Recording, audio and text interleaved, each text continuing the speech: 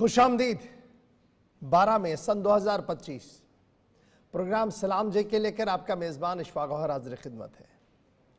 नाज़रीन, आज की अहम तरीन नशरियात में इस मॉर्निंग शो में बात बड़ी अहम होनी है। बात जम्मू कश्मीर की मौजूदा सूरत हाल की होनी है। सरहद पर रात किस तरीके से बीती है वो भी बड़ी इंपॉर्टेंट है, उस पर भी गुफ्तगू करना है। आज 12 बजे एक अहम तरीन इजलास होना है, उस पर भी बात करेंगे हम। और सरहद पर आज कौन जा रहा है, क्यों जा रहा है, उस पर भी आपको अपडेट करेंगे।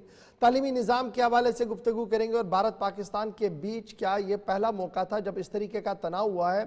कुछ हकाइक, कुछ बातें आपके साथ शेयर करेंगे। ग्राउंड ज़ीरो पर भी चलेंगे और जब ग्राउंड ज़ीरो पर चलेंगे तो आपको ग्राउंड रिपोर्ट से रूबरू करवाएंगे कि मौजूदा सूरत हाल किस तरीके की है। रियासत के अंदर नहीं बल्कि रियासत के बाहर भी किस तरीके से जम्मू कश्मीर को देखा जा रहा है और बयानात के बीच सियासत इस वक्त किस तरीके की रियासत की है, उस पर भी हम आज गुफ्तगू करने की कोशिश करेंगे। और अगर मौका मिला तो आज ज़रूर आखिरी 10 मिनट हम आपके साथ बिताएंगे जब आपकी और हमारी गुफ्तगू होगी। यानी आज से उस कटे हुए हिस्से को दोबारा जोड़ने की कोशिश करेंगे इस प्रोग्राम में जो आपके साथ हमारी गुफ्तगू होती थी, फ़ोन लाइन्स खुलती थी। कोशिश करेंगे कि आज वो आखिरी 10 मिनट आपके साथ हम दे पाएँ। कुछ खबर, तजिया और तबसरा पर आने से पहले आपको बताते चलें कि आज तवारीख के पन्नों में क्या कुछ हो चुका है। हिस्ट्री ऑफ द डे में आज क्या कुछ है फटाफट से आपके सामने रखेंगे मेरे साथी ज़हूर, जो आज मेरे साथ न्यूज़ सेंटर से मौजूद है। न्यूज़ सेंटर से ही आप ये प्रोग्राम देखेंगे पूरा 10 बजे तक, लेकिन सबसे पहले हिस्ट्री ऑफ द डे। बहुत शुक्रिया इशफाक। तो नाज़रीन, प्रोग्राम की शुरुआत तय फॉर्मेट के हिसाब से हिस्ट्री ऑफ द डे के साथ होगी कि माजी में आज के दिन की अहमियत क्या है। आज मई की 12 तारीख है, साल 2025 है, लेकिन माजी में आज के दिन क्या कुछ हुआ है कौमी और आलमी सतह पर चंद अहम वाक़ात है वो एक एक करके आपके सामने आ रहे हैं। और आपको बता दें कि आज के दिन 12 मई 1965 में मगरबी और जर्मनी इसराइल के दरमियान सफारती ताल्लुकात कायम हुए, डिप्लोमेटिक रिलेशन आज के दिन कायम हुए थे। 1965 में आज के दिन स्वेत खलाई जहाज लूना 5 चांद पर गिरकर तबाह हो गया था। और आज के दिन 2015 में नेपाल में जल्जले से 218 अफराद की मौत वाक़ा हो चुकी और 3500 से ज़्यादा लोगों की इस हादसे में वो ज़ख्मी हुए थे जल्जले में। और आज के दिन 1459 में राव जोधा ने जोधपुर किया गया था, इसका वजूद अमल में लाया गया। 2002 में आज के दिन जिमी कार्टर 1959 के इनकलाब के बाद क्यूबा का दौरा। आज के दिन पेंसिल्वानिया में एथरसाइट कोयला के 1,40,000 मजदूरों ने हड़ताल की थी। और आज के दिन 1797 में फ्रांस के हुक्मरान नेपोलियन अव्वल ने वेनिस फतह किया, वेनिस पर आज के दिन कब्जा किया था। 1835 में चार्ल्स कानू का दौरा किया। और आज के दिन 1924 में हवाई शिप नॉर्गे शुमाली करा पर परवाज करने वाला पहला जहाज बना। और आज के दिन 1942 में ऑस्ट्रिच में 1500 यहूदियों को लेस चैम्बर में मारा गया। 2003 में आज के दिन सऊदी शहर रियाज में अल-कायदा के हमले में 26 लोगों की मौत वाक़ा हुई। और आज के दिन 2008 में चीन के सिचुआन में ज़ल्ज़ले से 69,000 से ज़्यादा अफराद हलाक हुए थे। ये भी आज के दिन हुआ था साल 2008 में। ये चंद अहम वाक़ात थे कौमी और आलमी सतह के जो हमने आपके सामने रखे कि माजी में आज के दिन की अहमियत क्या है। आगे बढ़ेंगे, बात जम्मू कश्मीर के हवाले से भी होगी, पाक भारत ताल्लुकात के हवाले से होगी, ताल्लुकात के हवाले से आया वो भी आपके सामने रखेंगे। लेकिन सबसे पहले बात जम्मू कश्मीर के हवाले से करेंगे। और अगर आप सफ़र करने का इरादा करते हैं तो एहतियात बरतेगा, क्योंकि जम्मू श्रीनगर कौमी शाहरा के हवाले से इस वक्त की बड़ी खबर सामने आ रही है। आपको बता दें कि जम्मू श्रीनगर कौमी शाहरा को फिलहाल ट्रैफिक के लिए बंद कर दिया कि जम्मू श्रीनगर कौमी शाहरा पर ट्रैफिक को बंद कर दिया गया है, क्योंकि रात देर राम हिस्सा मुनहदिम हुआ है, जिसके बाद फिलहाल कौमी शाहरा पर ट्रैफिक के आमदरफ्त को फिलहाल बंद कर दिया गया है। आपको बता दें कि अगरचे बहाली का काम बड़े पैमाने के सामने है, जहां पर आप देख सकते हैं वहां पे हिस्सा जो है वो मुकम्मल तौर पर मुनहदिम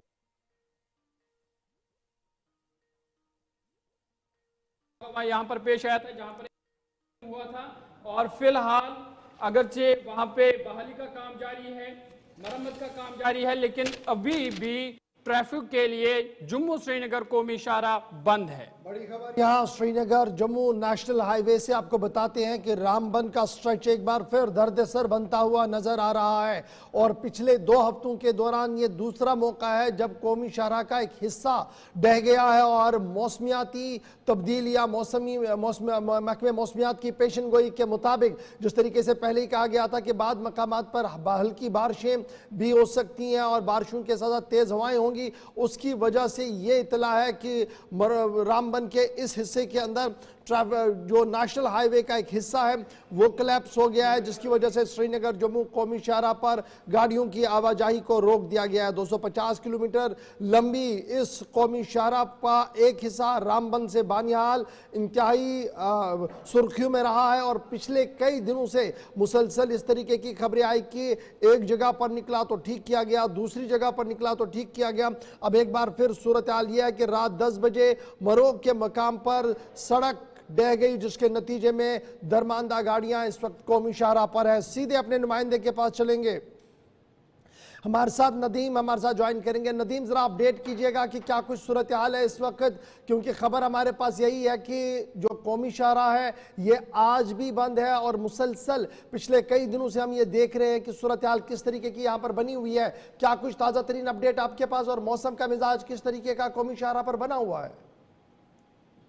जी बिल्कुल गौर साहब, श्रीनगर जम्मू नेशनल हाईवे की जहां बात करें, रात देर गई मारूक के मकाम पर श्रीनगर जम्मू नेशनल हाईवे का एक बड़ा हिस्सा ढह जाने की वजह से यह कहे कि श्रीनगर जम्मू नेशनल हाईवे पर गाड़ियों की आमदरफ्त रुक गई है। इस वक्त की अगर हम बात करें, इस वक्त मैं मारूक के मकाम पर हूँ और मारूक के मकाम पर जहां मैं पहुंचा मैंने देखा यहाँ पर कि अगरचे रेस्टोरेशन का काम शुरू किया गया है, लेकिन रेस्टोरेशन का काम जो है काफी वक्त देगा। और इस बीच कल हमने देखा था कि जैसे एक बड़ा हिस्सा ढह गया और उसके बाद जो यहाँ पर दरमांदा गाड़ियां थी उन्हें निकालने के लिए सिंगल वे बनाया गया, लेकिन सिंगल वे जहां हम कहें कि खतरे से खाली नहीं था। हालांकि वैसे में गाड़ियों को तो क्रॉस करवाया गया है, लेकिन इस वक्त हम देख रहे हैं कि पूरी तरह से गाड़ियों की नकल हरकत श्रीनगर जम्मू नेशनल हाईवे पर बंद है और रेस्टोरेशन का काम चल रहा है। लेकिन रेस्टोरेशन के काम में कितना वक्त लगेगा, ऑफिशियली अब ये चीजें सामने नहीं आई है, लेकिन हम ये कह सकते हैं कि कई घंटे लग सकते हैं रोड को रेस्टोर करने में। और इसके बाद अगर मौसम की जहां हम बात करें, क्योंकि अभी से अगर आधे घंटे की पहले की बात करें तो यहाँ पर हम हल्की बूंदाबांदी का सिलसिला देख रहे थे, लेकिन अभी कहीं न कहीं धूप हल्की हल्की से नजर आने लगी। तो कुल मिलाकर ये कहें कि रात भर बारिशों का सिलसिला था नहीं, लेकिन हाईवे का एक बड़ा हिस्सा ढह गया है। जहां इस वक्त हम देख रहे हैं कि मौसम बेहतर है, लेकिन इस बीच भी श्रीनगर जम्मू नेशनल हाईवे पर गाड़ियों की आमदरफ्त बंद है। और मौसम बेहतर है, बहाली का काम चल रहा है, तो अभी कितना वक्त यहाँ पर लग सकता है शाहरा को बहाल करने के हवाले से, या कोई ऑल्टरनेट रूट है यहाँ पर?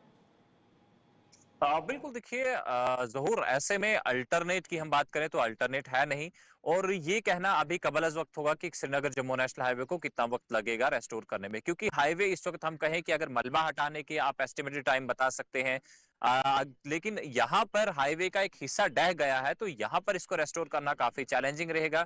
इसमें कितना वक्त लगेगा, मैंने पहले ही कह चुका हूँ कि ऑफिशियली अभी ये चीजें कंफर्म नहीं की गई है, बताया नहीं गया है कि इस रोड को रेस्टोर करने में कितना वक्त लगेगा, लेकिन फिलहाल मशीनरी को यहाँ पे इस्तेमाल किया जा रहा है और कोशिश की जा रही है कि ट्रैफिक को हम रेज्यूम करें, रेस्टोर करें। और उसके बाद जो हाईवे पर इस वक्त चाहे वो काजीकुंड के एंड से गाड़ियां टुवर्ड्स जम्मू जा रही है या फिर जखैनी या नगरोटा के पास में जो गाड़ियां हैं जिन्हें कश्मीर की तरफ जाना है, उन गाड़ियों को अलो किया जाएगा, लेकिन उससे पहले सिचुएशन देखनी है कि हाईवे किस तरह की है, क्योंकि हुआ रास्ता ये बनता नहीं है तब तक किसी भी गाड़ी को चलने की इजाजत नहीं होगी। उम्मीद है कि आज शाम तक ये रास्ता क्लियर हो पाए। बहुत बहुत शुक्रिया नदीम हमारे साथ ज्वाइन।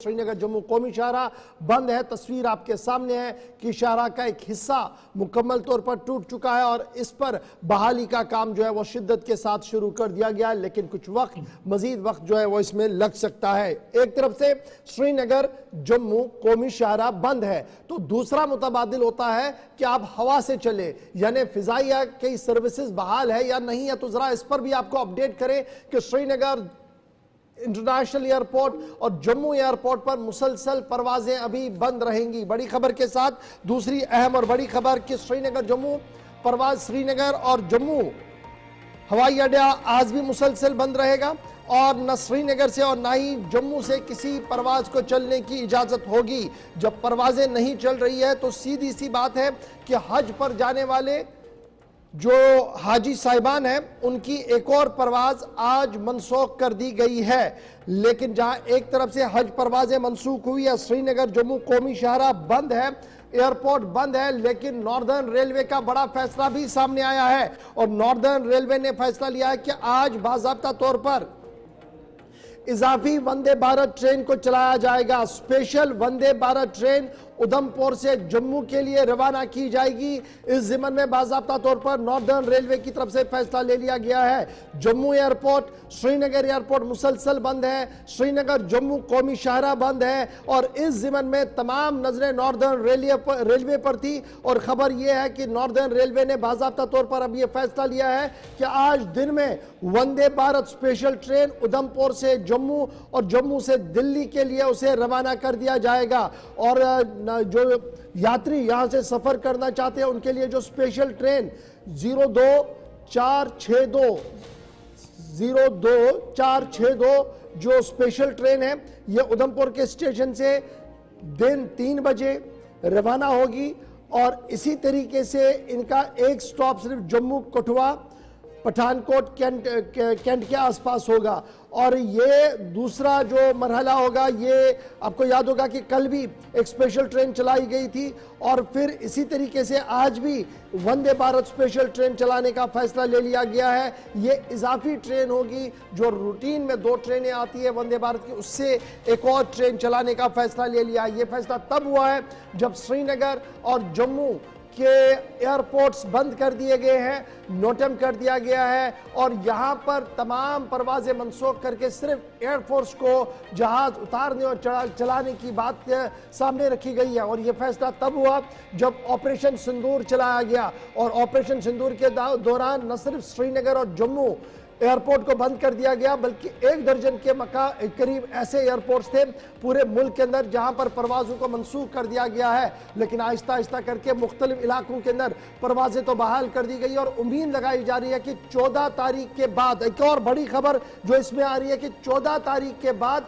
श्रीनगर जम्मू के अंदर ये दोनों एयरपोर्ट जो है वो दोबारा फंक्शनल हो सकते हैं। सीधे श्रीनगर चलेंगे, सईद इरफान फाजिल हमारे साथ इस बड़े अपडेट पर ज्वाइन करेंगे। इरफान, बहुत शुक्रिया ज्वाइन करने के लिए। श्रीनगर जम्मू कौमी शाहराह बंद है और नॉर्दर्न रेलवे की तरफ से स्पेशल सर्विसेज चलाने का फैसला लिया गया है ताकि लोग जो दिल्ली से इधर और उधर आना चाहते हैं वो ट्रेन सर्विस का इस्तेमाल करें। लेकिन इस बीच आपके पास खबर क्या है? इतला यह है कि 14 तारीख तक फिलहाल श्रीनगर का इंटरनेशनल एयरपोर्ट बंद रहेगा और 14 के बाद डिसीजन होगा कि किस दिन चलाया जाएगा या उससे पहले भी कोई चीज एक्सपेक्ट है? हवाले से अगर मैं बात करूं तो सबसे पहले जम्मू कश्मीर हज कमेटी ने डिसाइड किया कि जितनी भी परवाजें चार्टर्ड फ्लाइट्स थी वो 14 तारीख तक जो है मुकम्मल तौर पर कैंसिल है, क्योंकि किसी भी परवाज को आने जाने की इजाजत इंटरनेशनल एयरपोर्ट श्रीनगर पर नहीं है। दूसरी जानिब अगर मैं बात करूं तो कई सारे हिजाज को, जो पिलग्रिम्स को एडवाइस की गई है कि वो काम रहे और फर्दर जो भी इंस्ट्रक्शंस रहते हैं या जो भी अपडेट रहता है उनको बाज़ाब्ता तौर पर जी हाँ अपडेट किया जाएगा नोटिफिकेशन के जरिए। साथ ही साथ अगर मैं फ्लाइट्स रिशेड्यूलिंग के मामला को लेकर बात करूंगा, कई सारी कम्युनिकेशंस, कई सारे अरेंजमेंट्स कह सकते हैं कि जो प्रॉपरली चैनल जो है इस पर जी बात की जा रही है फ्लाइट्स को लेकर, जो बाज़ाब्ता तौर पर बताई जाएगी। इसके साथ साथ एक बड़ा अपडेट, जैसे आपने खुद कहा कि मैंने अभी बात एयरपोर्ट अथॉरिटी ऑफ इंडिया के जो कश्मीर के जो डायरेक्टर है उनसे बात की और उनसे हमने पूछा कि कोई ऐसी इस वक्त की सिचुएशन या कह सकते कि कोई क्यों है कि आज से या कल से एयरपोर्ट पे टू एंड फ्रो फ्लाइट्स की सर्विस स्टार्ट हो जाएगी। उनका साफ कहना है कि 14 तारीख तक जो है रिस्ट्रिक्शंस है, 14 तारीख तक कोई भी फ्लाइट ना आ सकती है ना जा सकती है। 14 के बाद जो है डिसीजन लिया जा सकता है। इस बीच अगर मैं बात करूं तो जो चेयरमैन हज कमेटी लद्दाख के हैं हाजी मोहम्मद अली मजाज साहब, उन्होंने माइनॉरिटी अफेयर्स के जो मिनिस्टर है किरण रिजिजू जी से बात की है, जिन्होंने खास तौर पर कहा है कि जो लद्दाख से हुजाज जा रहे हैं उनके लिए बाज़ाब्ता तौर पर 240 हुजाज के लिए अरेंजमेंट्स खास तौर पर शहर श्रीनगर में रखे जाए जो कि फंसे हुए हैं, जो जा नहीं पा रहे। इसके जानिब जो पिलग्रिम्स, जो ट्रैवलर्स है, जो तकरीबन पहली बार ट्रैवल कर रहे हैं या जिनको एक्सपीरियंस नहीं है, जो एल्डरली है, वो भी तकरीबन लगातार इस रिपीट कैंसिलेशंस में शिकार हो रहे हैं। साथ ही साथ अगर मैं बात करूं तो लॉजिस्टिक वे को लेकर नहीं बल्कि एक स्पिरिचुअल वे के साथ इन चीजों को देखा जा रहा है और अब एक्सपेक्टेशन ये है कि तकरीबन 14 तारीख के बाद जहां कोई ऐसा डिसीजन सामने नजर आएगा जिसमें जी हां परवाजों को आने जाने की इजाजत दी जाएगी। गौर साहब बहुत शुक्रिया ज्वाइन करने के लिए। फिलहाल आज 12 तारीख है, कल 13 है, परसों 14, यानी और 2 दिन इंतजार करना होगा, जिसके बाद श्रीनगर जम्मू कौमी श्रीनगर जम्मू एयरपोर्ट्स पर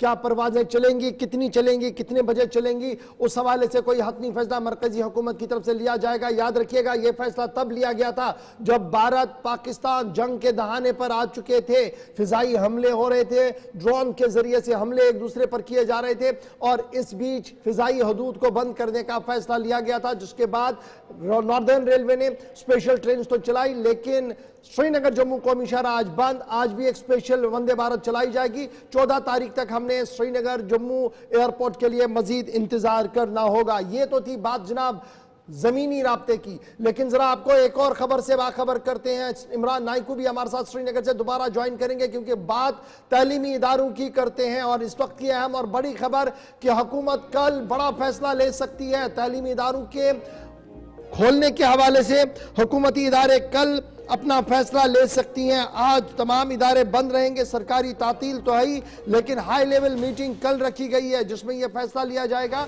कि क्या तालीमी इदारों को खोला जाए या ऑनलाइन मोड पर फिलहाल चलाया जाए, क्योंकि नॉर्थ कश्मीर के कई इलाके, जम्मू के कई इलाके बराह रास्त शेलिंग की वजह से खस्ता हो चुके हैं, तबाह हो चुके हैं। वहां पर ढांचे मिस्मार हैं, लोग अपने घर बार छोड़कर दीगर इलाकों की ओर जाने पर मजबूर हुए हैं। तो किस तरीके से इन तमाम मामलात को देखें, इस हवाले से इत्तला हमारे पास है कि कल एक बड़ा फैसला इस ज़िम्मन में लिया जा सकता है। लेकिन इसके साथ साथ तमाम स्कूल कॉलेज फिलहाल 12 तारीख तक बंद रखने, यानी आज तक बंद रखने के अहकाम पहले ही जारी कर दिए गए थे।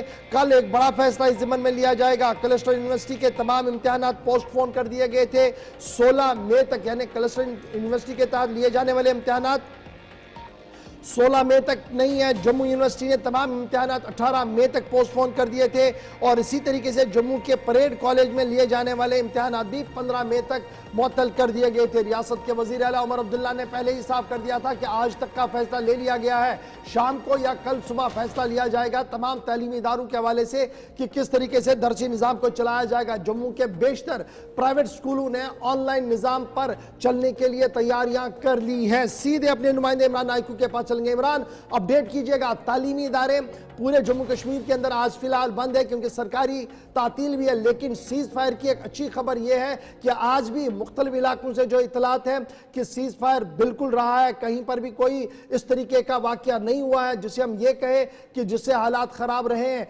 लेकिन आज क्या दिन निकलने के बाद क्या शाम को मीटिंग है या कल यह फैसला लिया जाएगा कि तालीमी इदारों के हवाले से क्या कुछ डिटेल्स आपके पास है? जी बिल्कुल, देखिए पहली बात यह है कि ये एक खुशाइंद बात है कि जिस तरीके से आज रात जो है लोगों ने अमन के साथ गुजारी है। गुज़िश्ता कई रातों के दौरान हमने देखा कि लोग काफी परेशान थे, भूख का आलम चारों तरफ था, लेकिन सीज फायर के बाद आज जो रात थी लोगों ने जो है राहत की सांस ली है। और इस सब के बीच में जिस तरह से आपने कहा कि सरकार की तरफ से हालात के पेश नजर, कशीदगी के पेश नजर फैसले लिए गए थे कि तालीमी इदारे बंद कर दिए गए, कहीं यूनिवर्सिटीज को 16 तारीख तक, 14 तारीख तक, और जो स्कूल्स है उन्हें आज 12 तारीख तक बंद करने का ऐलान हुकूमत की जानिब से किया गया था। और अब इस हवाले से हुकूमत की एक अहम मीटिंग जो है वो होने जा रही है, और उम्मीद है कि आज शाम को दोपहर के बाद ही इस मीटिंग में जो है इसका फैसला लिया जाएगा कि क्या कल ये जो दोबारा रोक रहा हूं, मेरे पास जो इतलात आ रही है वो ये भी है कि कश्मीर यूनिवर्सिटी के तहत लिए जाने वाले तमाम इम्तिहानात जो हैं वो 14 मई तक फिलहाल पोस्टपोन कर दिए गए हैं। ये ताज़ा तरीन इतलात हमारे पास आ चुकी हैं, क्योंकि जम्मू वाला पोर्शन तो पहले हमने बता दिया था, लेकिन कश्मीर यूनिवर्सिटी के जेरे असर होने वाले इम्तिहानात जो है वो भी 14 मई तक कैंसिल, सारे पोस्टपोन कर दिए, कैंसिल नहीं रादर पोस्टपोन कर दिए 14 मई तक। दैट मींस के स्कूल कॉलेज 14 मई के आसपास ही सारी नजर बनाए रखे हुए हैं, क्योंकि एयरपोर्ट भी 14 मई के बाद शायद रनवे खुल जाए। तो क्या हम ये माने कि ये सिलसिला 14 तक चल सकता है इसी तरीके से? बिल्कुल, जिस तरह से हमने इस पर कल भी गुफ्तगू की थी, लेकिन जो आसार दिखाई दे रहे हैं, जिस तरह से ऑफिशियली फिलहाल 14 तारीख तक श्रीनगर का बैनुल-अक़वामी जो शेख आलम इंटरनेशनल हवाई अड्डा है वो बंद है। कश्मीर यूनिवर्सिटी के जो इम्तिहानात है वो 14 तारीख तक वो भी मुलतवी कर दिए गए हैं और उम्मीद की जा रही है कि शायद 14 तारीख के बाद ही जो है, लेकिन आज एक अहम मीटिंग है जो हमारे पास इत्तलात है या अगर आज मीटिंग हो रही है तो उसमें शायद इन सारी चीज़ों का फैसला लिया जाएगा। लेकिन फिलहाल आज स्कूल्स बंद है और हुकूमत सारी चीज़ों को देख रही है, क्योंकि हमने कल कुछ सरकारी जो अफसरान है उनसे भी बात की थी, खासकर श्रीनगर के हवाई अड्डे को लेके कि ये जो हाजी साहिबान की जो परवाजें हैं वो मनसूख है 14 तारीख तक और 15 तारीख आखिरी फ्लाइट थी। जैसा आप जानते हैं कि 11 फुल फ्लाइट्स थी, 3324 आज़मीन हज को इस साल हज के लिए जाना था, लेकिन अभी सिर्फ 178 आज़मीन हज की एक फ्लाइट जा चुकी है। लेकिन हालात के पेश नजर, जिस तरह से हमने भी कहा था कि कल ये सेंट्रल गवर्नमेंट को फैसला लेना है, न कि यहाँ की जो है लोकल गवर्नमेंट। लेकिन जहाँ तक स्कूल्स और कॉलेजेस का ताल्लुक है वो यहाँ की इलेक्टेड गवर्नमेंट के डोमेन में है और उम्मीद है कि आज शाम तक कोई फैसला लिया जाएगा। इनकेस अगर आज भी कहीं से इस तरीके की कोई इताब मिलती है तो यकीनी तौर पर कल एक और यहाँ श्रीनगर के अंदर हुकूमत की जानिब से एक अहम इजलास मुनक्किद किया जाएगा, एक अहम मीटिंग बुलाई जाएगी और जिसमें फैसला लिया जाएगा कि जहां तक स्कूल्स और कॉलेजेस। बहुत शुक्रिया सईद इरफान हमारे साथ ज्वाइन करने के लिए, इमरान हमारे साथ ज्वाइन करने के लिए। फिलहाल बढ़ते हैं जी आगे, बात जरा भारत पाकिस्तान कशीदगी की भी आपके सामने रखते हैं। पाक भारत कशीदगी के बीच सबसे ज्यादा नुकसान पुंछ रजौरी के अंदर हुआ, उसके बाद कुपवारा के बॉर्डर बेल्ट्स के अंदर हुआ और इतलात और खबरों के मुताबिक ट्विन डिस्ट्रिक्ट यानी पुंछ और रजौरी के अंदर सबसे ज्यादा नुकसान रिहायशी मकानों को हुआ है और इब्तिदाई रिपोर्ट्स के मुताबिक 200 से ज्यादा रिहायशी मकान खंडरात में तब्दील हो गए हैं। बड़ी खबर जो इस वक्त सामने आ रही है कि पाकिस्तान की तरफ से बिला इश्तियाल जो गोलाबारी की गई है, जिस तरीके से मोटर और तोपखानों का इस्तेमाल किया गया है, इस वक्त की बड़ी खबर हम आपको बता रहे हैं कि इब्तिदाई रिपोर्ट्स के मुताबिक कम से कम 200 रिहायशी मकान दुकानात को नुकसान पहुंचा है पाकिस्तान की शेलिंग और फायरिंग की वजह से पुंछ और रजौरी के अंदर। इसके साथ साथ जब हम पुंछ रजौरी और बॉर्डर बेल्ट्स की फायरिंग की बात करते हैं तो बीएसएफ जवान समेत कुल मिलाकर 6 अमवातें भी हुई हैं सिक्योरिटी एजेंसीज की और पिछले 24 घंटों के दौरान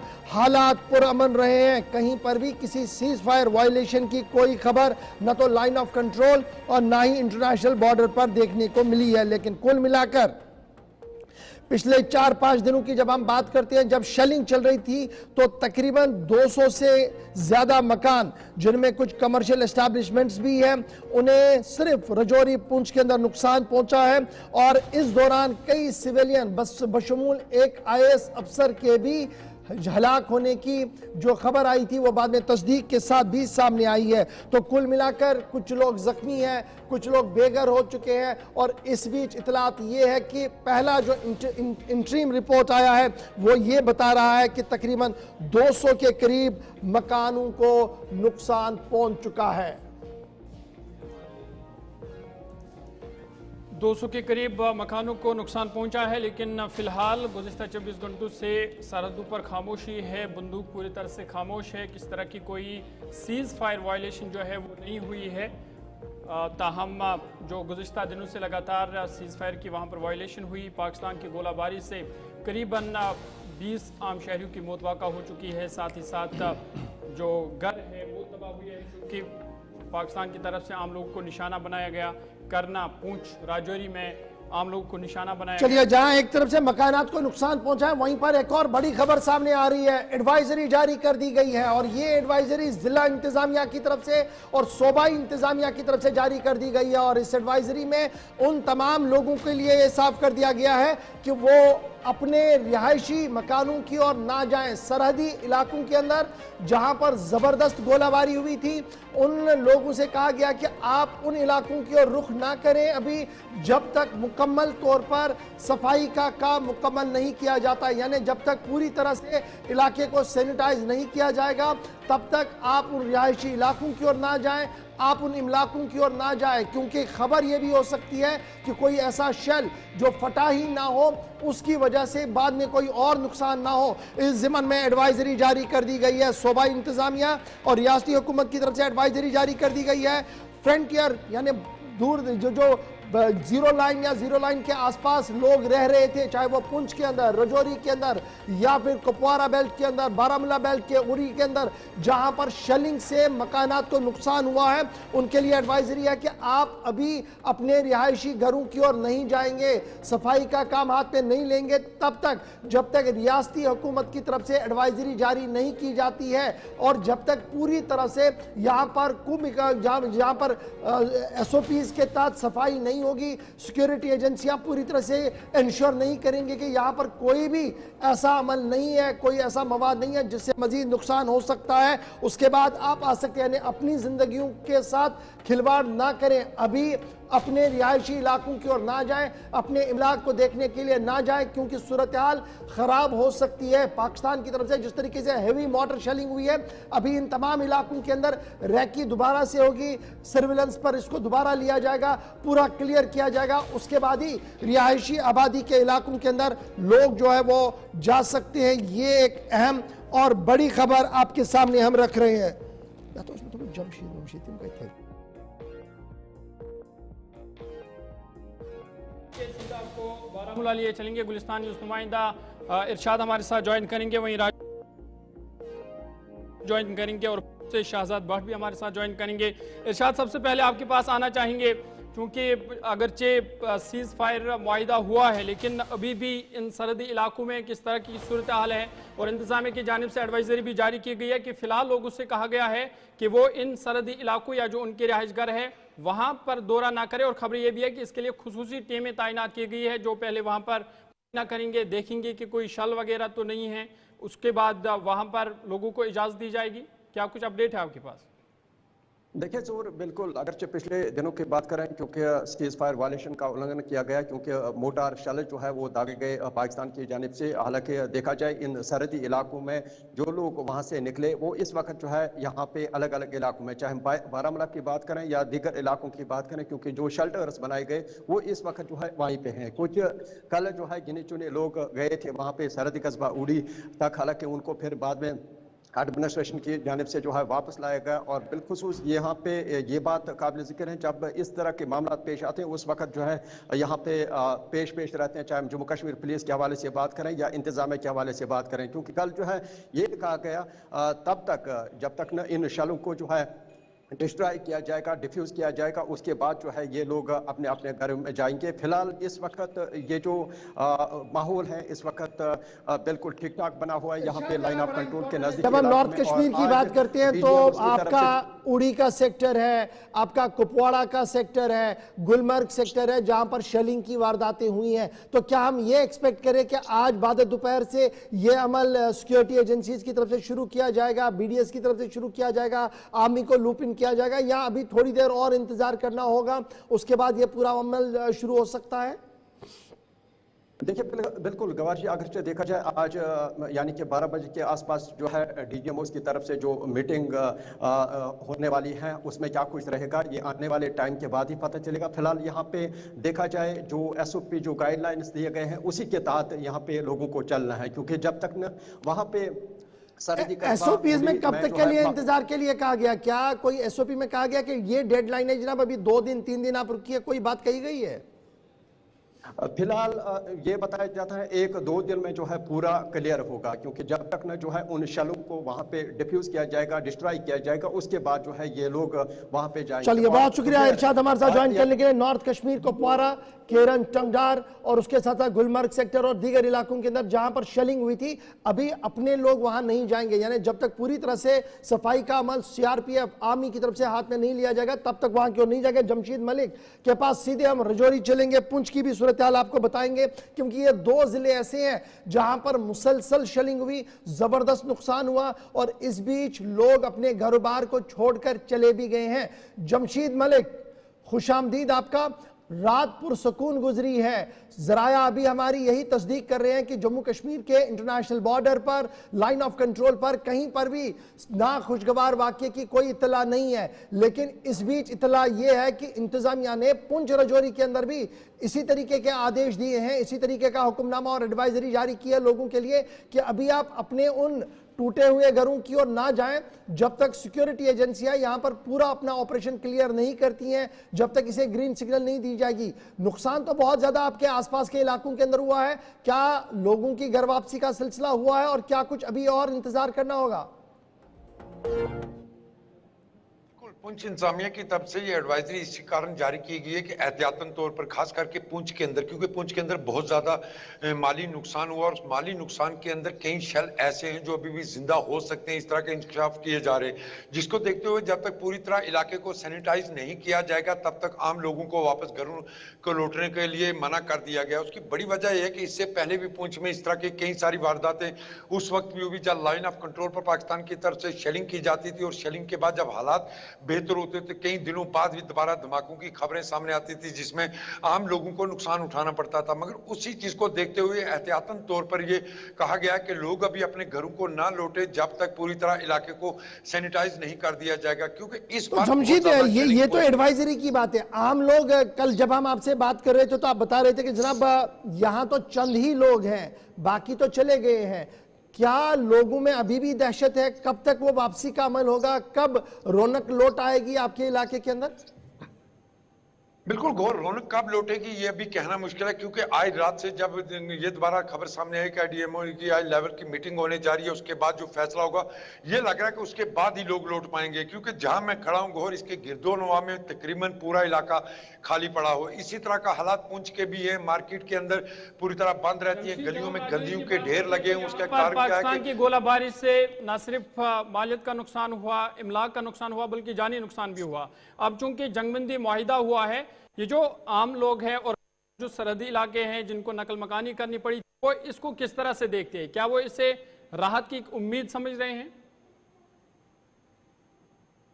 बिल्कुल राहत इसलिए भी है क्योंकि पिछले 2 दिनों से हालात काफी बेहतर हुए हैं। 2 दिन पहले तक अगर पीछे चले जाएं, जंग जैसा माहौल बना था, जगह जगह से धमाकों की आवाजें सुनाई देती थी, लोग सहमे डरे हुए थे। मगर पिछले 2 दिनों से जिस तरह के हालात बने हैं उससे लोगों ने राहत जरूर ली है, मगर कब तक ली है ये कहना अभी तक मुश्किल है, क्योंकि जिस तरह के हालात दिन ब दिन चेंज होना चाहते हैं या बयानबाजियां सामने आ रही हैं, ये भी एक तशवीश की बात देखने को मिली है। देर हमारे साथ मैंने दोबारा आपके पास आना है एक और अहम बड़ी खबर पर, लेकिन के साथ साथ शहजाद भी हमारे साथ है। शहजाद भट्ट हमारे साथ पुंछ से इस वक्त है, रजौरी से जमशीद मलिक बात कर रहे थे, आप हमारे साथ स्टैंड बाय रहेंगे। लेकिन शहजाद अपडेट करें जी, क्या लोग वापस अपने इलाकों की ओर आ चुके हैं या अभी रिलीफ कैंप्स के अंदर ही हैं, अपने रिश्तेदारों के वहीं पर है? क्या कुछ सूरत हाल है? और जो पिछले 2 दिन हम देख रहे थे थोड़ी बहुत राहत है, क्या कारोबारी सरगर्मियां किसी हद तक बहाल हो पाई हैं?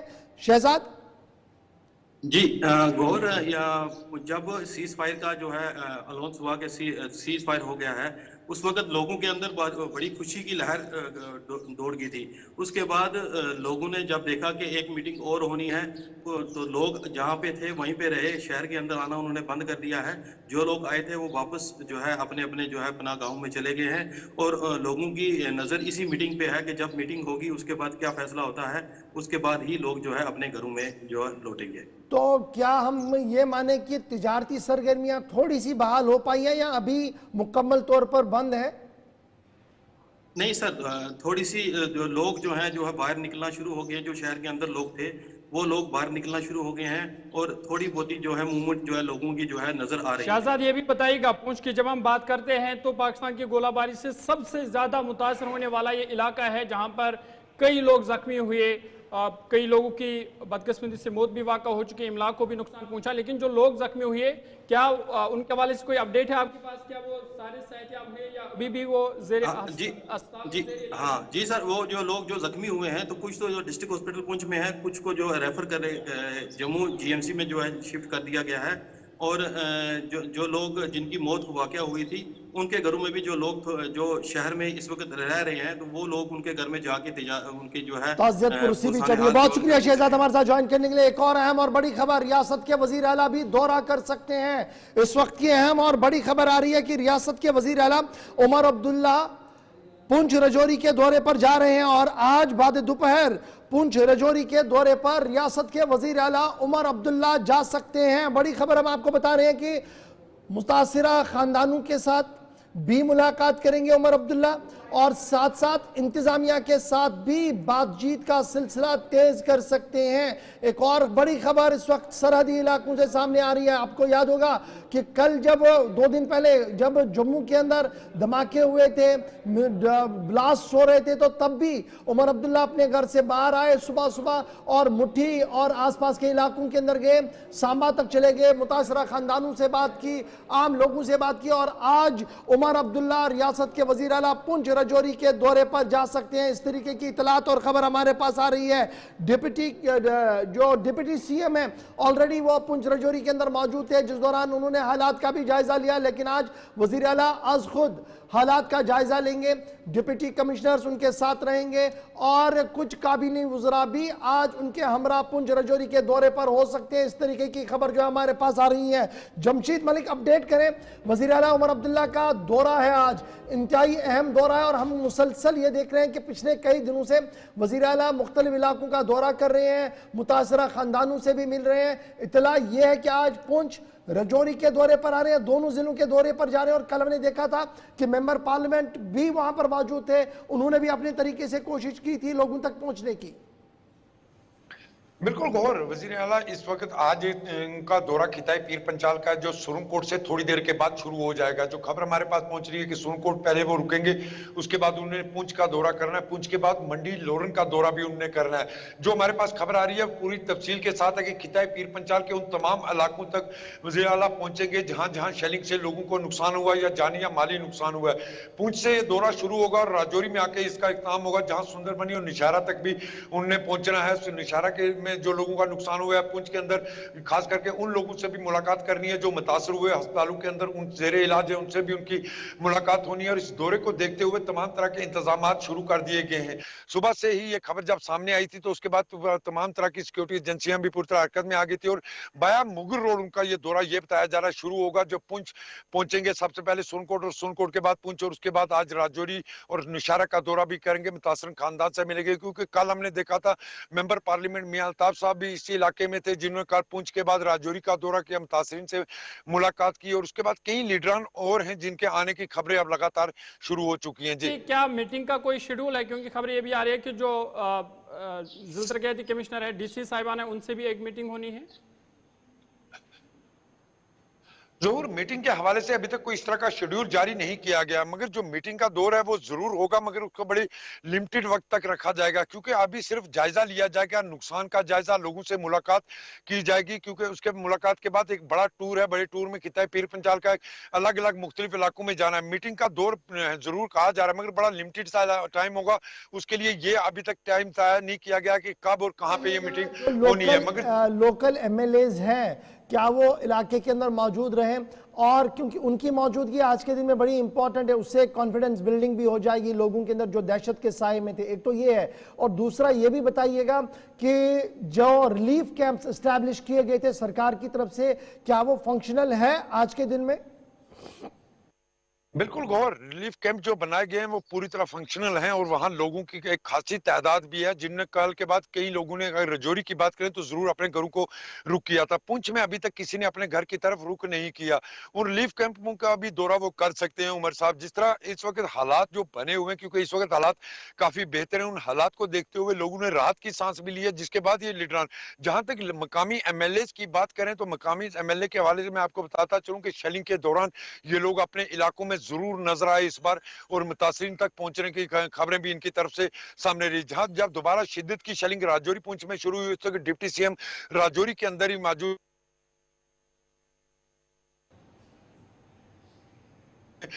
थे। तमाम जो इस बार रुकन असेंबली है वो अपने मुतासरीन के साथ रहे ऐसे हालात में, जब पाकिस्तान की तरफ से शेलिंग से लोगों को काफी नुकसान पहुंचा। मगर जमशीद मलिक हमारे साथ ज्वाइन करने के लिए वजीर आला उमर अब्दुल्ला आज पुंछ राजौरी के दौरे पर जा सकते हैं, उनके हमरा नायब वजीर आला और काबीनी वफका भी हो सकते हैं और साथ साथ न सिर्फ आज खुद वो मुशाहिदा करेंगे बल्कि गमजदा खानदान के साथ भी ताज़ियत का सिलसिला आज हो सकता है। इस तरीके की बात जो है हमें वजीर आला के दफ्तर से इतलात और खबर जो है मिल रही है। छोटा सा ब्रेक होगा, यहां पर ब्रेक के उस पार आएंगे तो बताएंगे कि डोनाल्ड ट्रंप साहब ने बयान दिया, बयान आने के फौरन बाद सियासत में गर्माहट आई है। आज 12 बजे सबकी नजर रहेगी कि घड़ी की सुइयां जब 12 बजाएंगी तो क्या सरहद पार भी 12 बजेंगे, एक बड़ा सवाल यह है। और आगे बढ़ेंगे तो आपको बताएंगे कि बीएसएफ के जवान की आज विदाई होगी। छोटे से ब्रेक के फौरन बाद।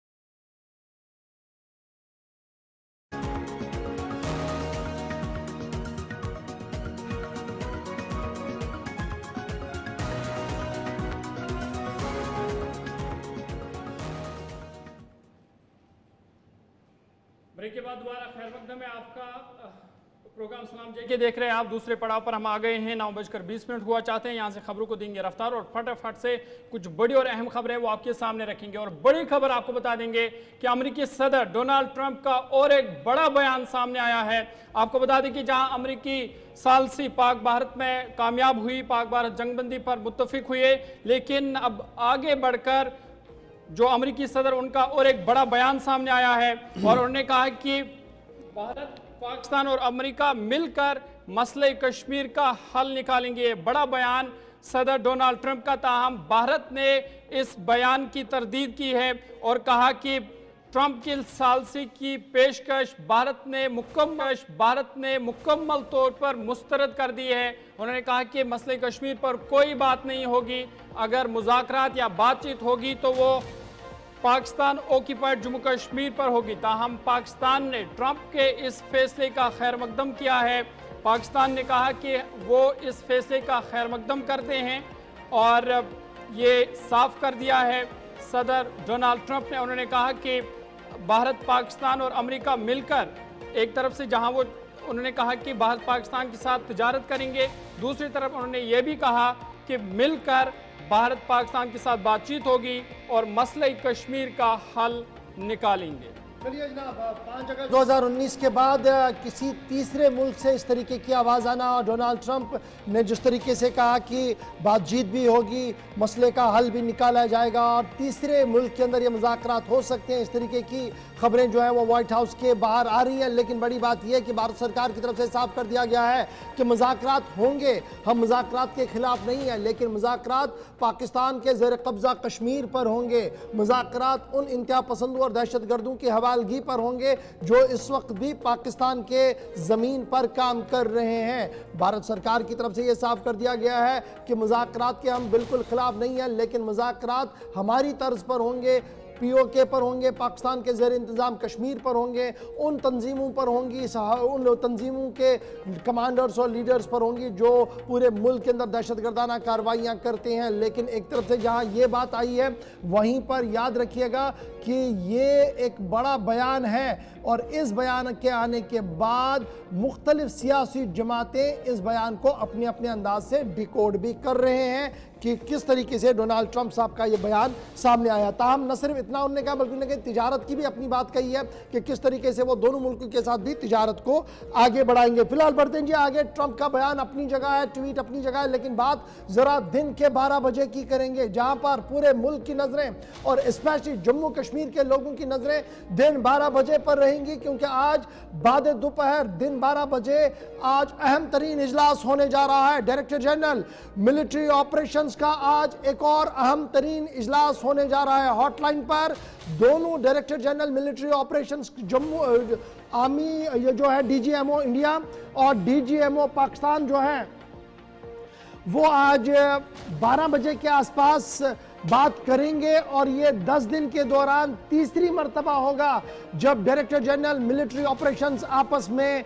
गुफ्तगू करेंगे। और लेफ्टिनेंट जनरल राजीव गया जो डायरेक्टर जनरल मिलिट्री ऑपरेशंस है वो भारत सरकार का मौक़िफ़ और भारत सरकार की हिकमत अमली के हवाले से गुफ्तगू करेंगे और उनके हम मनसब भी इसी तरीके से पाकिस्तान से अपनी बात रखेंगे। माना जा रहा है कि सरहदी कशीदगी को मज़ीद किस तरीके से कम किया जाए, आसमान से लेकर ज़मीन और ज़मीन से लेकर समंदरों तक सीज़ फायर को किस तरीके से किया जाए, 12 बजे सबकी नजरें रहेंगी। एक तरफ से ये खबर आ रही है, दूसरी तरफ से खबर ये भी है कि राजस्थान समेत कई इलाकों के अंदर आज भी हाई अलर्ट पर रख दिया गया है, क्योंकि सस्पिशियस ऑब्जेक्ट्स आसमान के अंदर पाकिस्तान की तरफ से दिखाई दिए गए हैं जो सरीहन उस मुआहिदे की खिलाफ वर्जी है जो मुआहिदा किया गया था। बहरहाल ये खबरें अफवाहें तो अपनी जगह है, लेकिन 12 बजे के आसपास सबकी नजरें डायरेक्टर जनरल मिलिट्री ऑपरेशंस पर रहेंगी। अपने डिफेंस कॉरेस्पॉन्डेंट राजीव के पास हम चलेंगे, राजेश के पास। राजेश हमारे साथ फोन लाइन पर ज्वाइन कर चुके हैं। राजेश जरा अपडेट करें,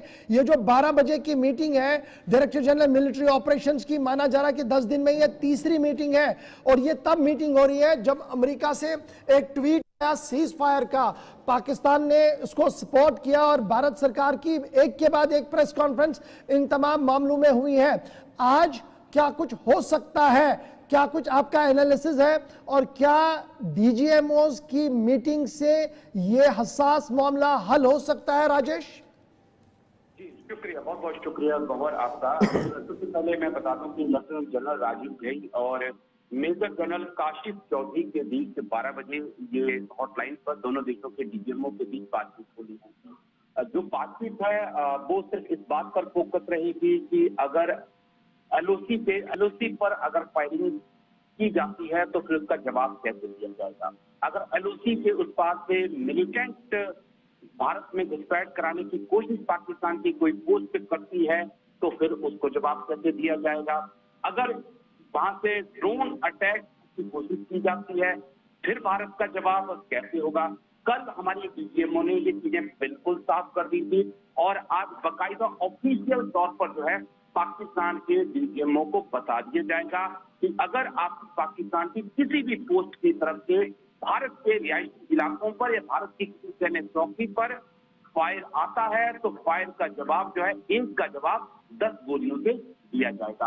आपकी तरफ से अगर ड्रोन से घुसपैठ की जाती है, चाहे वो हमारे रिहायशी इलाके हो या हमारे मिलिट्री संस्थान हो, तभी आपको जवाब कुछ पैसे ही दिया जाएगा।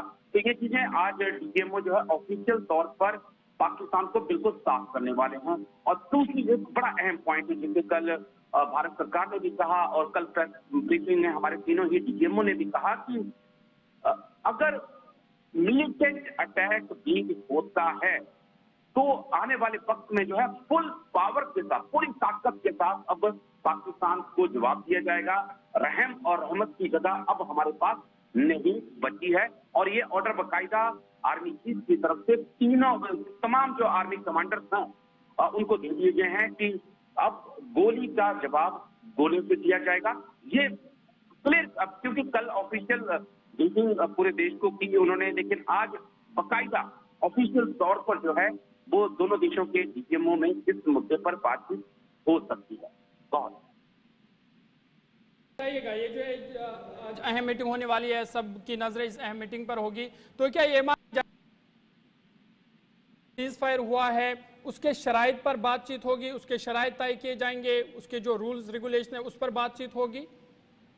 देखिए, सीज फायर के रूल रेगुलेशन तो पहले से ही चल रहे हैं। जितनी बार पाकिस्तान ने अगर वायलेट किया है किसी ने उन रूल रेगुलेशन को, तो पाकिस्तान की तरफ से ही वायलेट किया गया है।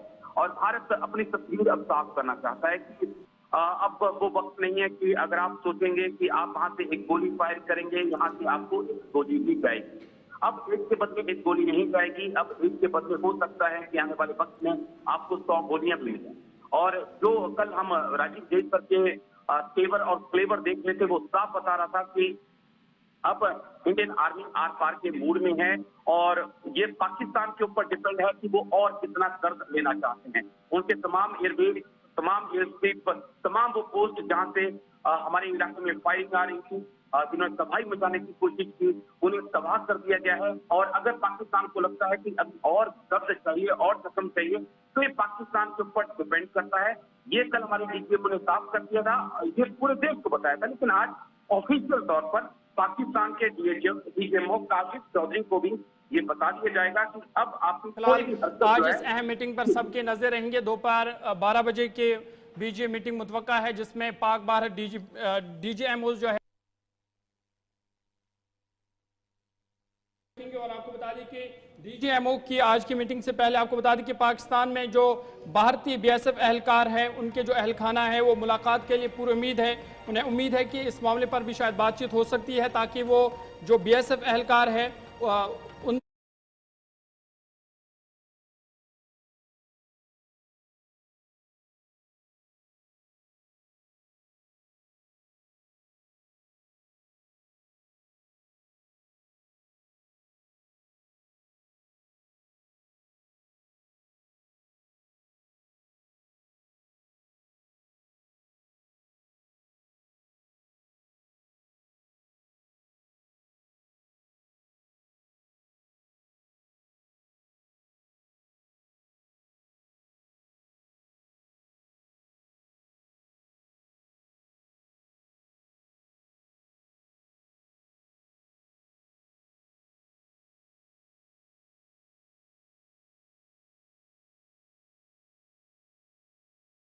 भारत पाकिस्तान के बीच सीज फायर तो हो चुका है। पिछले 72 घंटों के दौरान जम्मू कश्मीर की सरहदों पर किसी तरीके की नाखुशगवार वाकये की कोई इत्तला नहीं है। लेकिन इस बीच भारत सरकार का साफ मौक़िफ़ है कि सिर्फ सीज फायर, बाकी जो इक़दाम उठाए गए हैं वो इसी तरह है। और यही वजह है कि सिंतास आबी मुआहिदे ने एक और झटका आज पाकिस्तान को दे दिया है। सिंतास आबी मुआहिदा या वाटर डिप्लोमेसी ने पाकिस्तान को बुरी तरह से हिट कर दिया था, जहां मुख्तलिफ डैमों के दरवाजे बंद कर दिए गए थे, पानी के बहाव को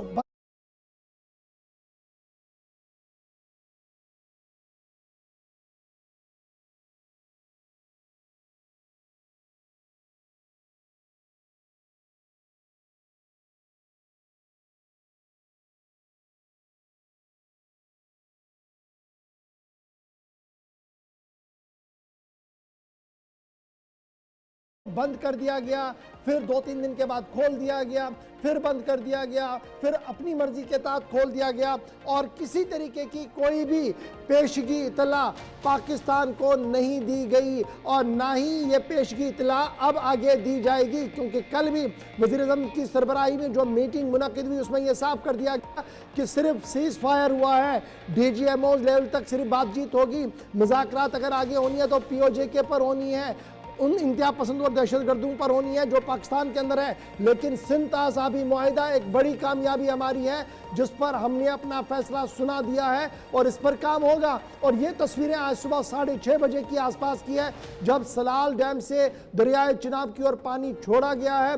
ताहम पाकिस्तान की जब आप बात करेंगे तो 70% इरिगेशन फैसिलिटियां उसको यहीं से मिलती है। सूबा पंजाब और दीगर इलाकों के अंदर दिया जाने वाला पानी जो इरिगेशन के लिए है, पीने के लिए है, वो दरियाए चिनाब से ही होकर वहां पर पहुंचता है। और अगर सलाल और दीगर पावर डैम को इसी तरीके से बंद किया जाएगा, छोड़ा जाएगा, तो कभी तुगयानी वाटर बॉम्ब जिसे आप कहते हैं वो देखने को मिलेगा और सैलाबी सूरत हाल पाकिस्तान के अंदर होगी और कभी बूंद बूंद के लिए पानी का तरसेगा पाकिस्तान। इस तरीके की स्ट्रेटजी पर इस वक्त काम जो वो किया जा रहा है। ताम बड़ी खबर, आज सलाल डैम का सुबह 6:30 बजे एक और दरवाज़ा खोल दिया है। तस्वीरें आपके सामने कि किस तरीके से चिनाब का पानी सूख गया था और अचानक से आज एक डैम का दरवाज़ा खोल दिया गया है। सिर्फ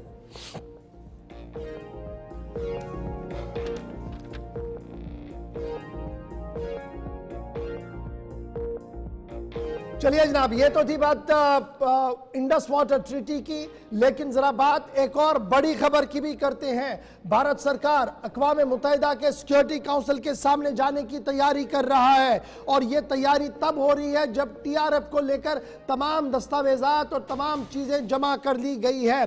भारतीय हुकूमत की तरफ से United nation security sanction committee के सामने तमाम एविडेंसेस रखे जाएंगे। बड़ी खबर दिल्ली से इस वक्त सामने आ रही है कि हुकूमत हिंद की तरफ से तैयारियां मुकम्मल कर ली गई है। आला सतही बाइख्तियार टीम को यूएनएससी के पास भेजा जाएगा ताकि वो तमाम एविडेंसेस वहां पर जमा करवाएं। और पाकिस्तान की जो कोशिशें पिछले कई सदियों से लगातार भारत के अंदर दहशतगर्दाना कार्रवाइयों को लेकर है, कभी लश्कर तो कभी जैश, कभी हाफिज सईद और कभी उमर जैसे लोगों को आगे किया गया, लेकिन अब टीआरएफ की बारी है और टीआरएफ पर मुकम्मल सैंक्शन लगे, वो इंतहाई मतलूब तरीन तंजीम बने। इस ज़िमन में तमाम तैयारियां मुकम्मल कर ली गई है और हुकूमत की तरफ से अप्रोच किया जाएगा यूएनएससी की 1267 सैंक्शन कमेटी को, जहां पर उन्हें दरख्वास्त की जाएगी कि आप टीआरएफ को बाज़ाब्ता तौर पर डेजिग्नेट करें जी इंतहा पसंद जमात, इन्हें टेररिस्ट ऑर्गेनाइजेशन डिक्लेयर किया जाएगा इंटरनेशनल फोरम पर।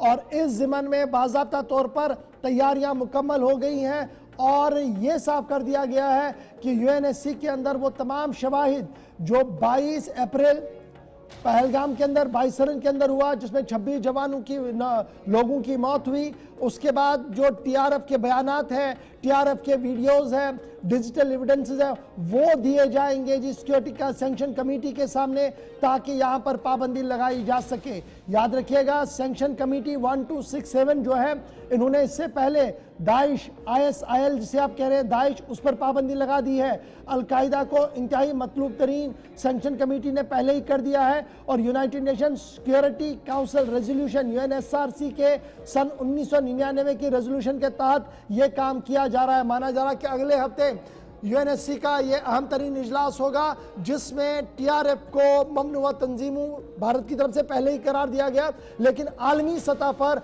अब इसे इंतहाई खतरनाक दहशतगर्द तंजीम करार दिया जाएगा और इस ज़मन में तमाम तर शवाहिद यूएनएससी के सौंप दिए जाएंगे उस कमेटी को जिसको सैंक्शन कमेटी बराए 1267 कहा जा रहा है, जिन्होंने आज तक बहुत सारी तंजीमों पर पाबंदियां आयद कर दी है। दिल्ली से बड़ी खबर जो हमने आपके सामने रख दी है।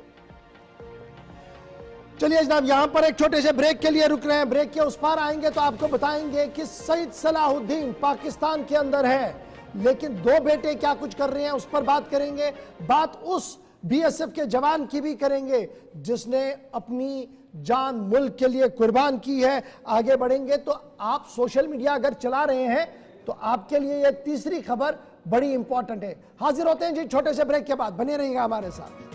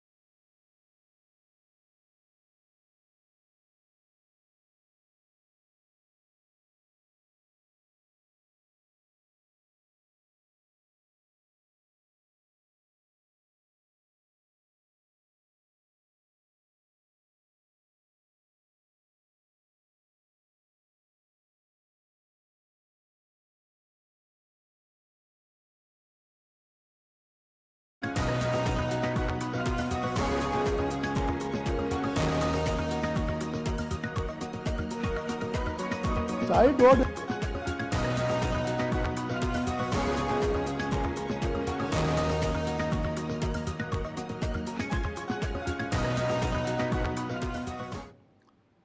ब्रेक के बाद आपका खैर मकदम है और एक पड़ाव पर हम आ गए हैं। बात पाक भारत ताल्लुकात के हवाले से हो रही है, तो और एक बड़ी खबर आपके सामने रखते हैं और आपको बता दें कि पाकिस्तान ने जहां सरहद पर सीज फायर किया उसके हवाले से कई जो एहलकार हैं वो जख्मी हुए थे और अब खबर ये है कि बीएसएफ एहलकार और एक एहलकार जख्मों की ताब न लाते हुए दम तोड़ बैठा है। आपको बता दें कि कांस्टेबल दीपक जिंदगी की जंग हार गया है। बीएसएफ के 7वें बटालियन के 8 एहलकार जख्मी हुए थे और उनमें से आज और एक जो बीएसएफ एहलकार दीपक है वो जख्मों की ताब न लाते हुए दम तोड़ बैठा है। आपको बता दें कि कांस्टेबल दीपक चिंगंगखम ये जख्मी हुआ था क्रॉस बॉर्डर फायरिंग में इंटरनेशनल बॉर्डर आरएसपुरा में जम्मू डिस्ट्रिक्ट में 10 मई को जो पाकिस्तान की तरफ से गोलाबारी की गई थी उसमें ये ज़ख्मी हुआ था।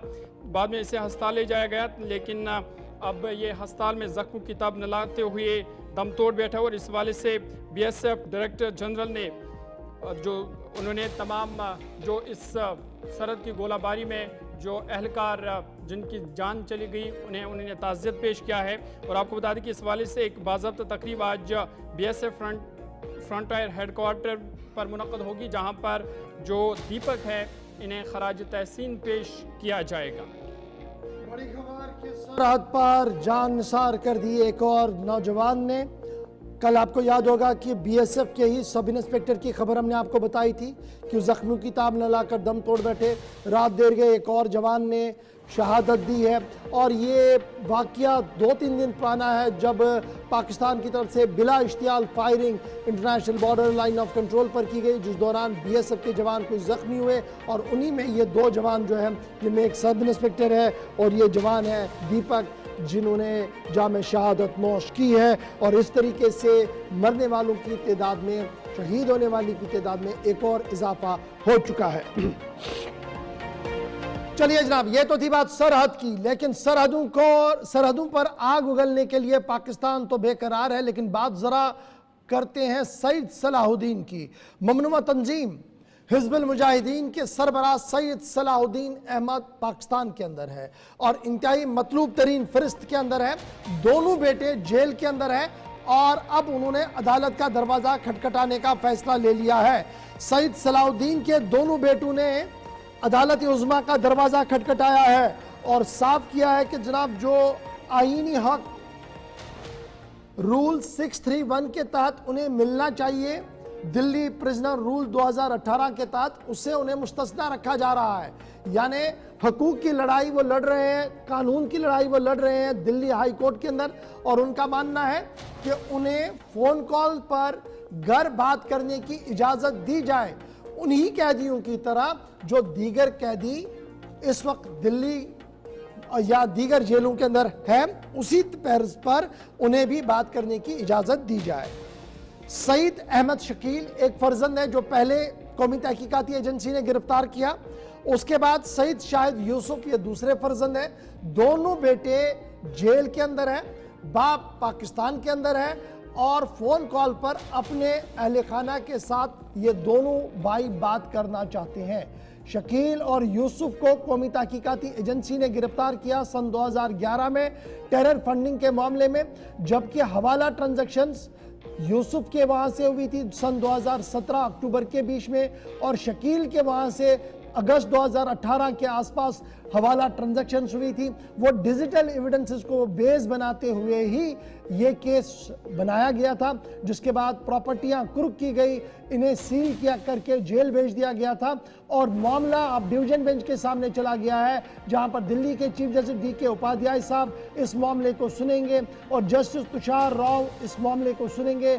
और जब यह मामला सुना कल उन्होंने, तो अब 22 मई को इस केस की दोबारा समाअत होगी।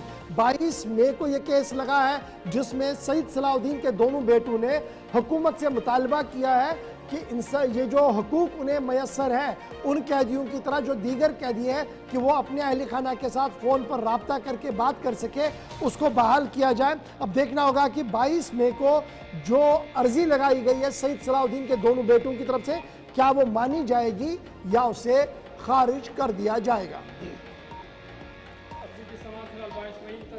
कर दी गई है। आगे बढ़ते हैं और एक खबर आपके सामने रखते हैं और आपको बता दें कि अगर आप सोशल मीडिया का इस्तेमाल करते हैं तो आप पर कार्रवाई हो सकती है, क्योंकि अफवाह फैलाने वालों के खिलाफ हुकूमत सख्त कार्रवाई करने जा रही है। और आपको बता दें कि इस हवाले से कई कंप्लेंट्स पहले ही सरकार को मौसूल हुई है, जिसके बाद उनके खिलाफ कार्रवाई हुई है और सोशल मीडिया पर अफवाह फैलाने वालों के खिलाफ बड़ी कानूनी कार्रवाई हो सकती है। इंतज़ामिया सोशल मीडिया पर सख्ती से निगरानी कर रही है और देखा जा रहा है, परखा जा रहा है कि कौन क्या कुछ शेयर कर रहा है, क्या कुछ अपलोड कर रहा है उस हवाले से। और तकरीबन 1000 से ज़ायद शिकायतें जो है वो अभी तक दर्ज हुई है और सोशल मीडिया हैंडलर्स को होशियार रहने की हिदायत दी गई है, क्योंकि कई सोशल मीडिया ग्रुप्स और इंडिविजुअल्स वो उनके मुतालिक देखा गया है कि वो फेक न्यूज़ें फैलाते हैं, खासकर जब इस वक्त इंडो पाक टेंशन चल रही है या जिस तरह से ऑपरेशन सिंदूर चलाया गया उसके बाद कई सोशल मीडिया हैंडलर्स पर अफवाह फैलाई जा रही है, झूठी खबरें फैलाई जा रही है उस वाले से लोगों को मिसगाइड किया जा रहा है, मिस इन्फॉर्मेशन उन तक पहुंचाई जा रही है मुख्तलिफ सोशल मीडिया अकाउंट्स के ज़रिए, जिसकी वजह से लोगों में काफ़ी तशवीश पाई जा रही है, लोगों में खौफ पाया जा रहा है। और उस हवाले से अब कहा गया है कि इन लोगों के खिलाफ कार्रवाई की जाएगी।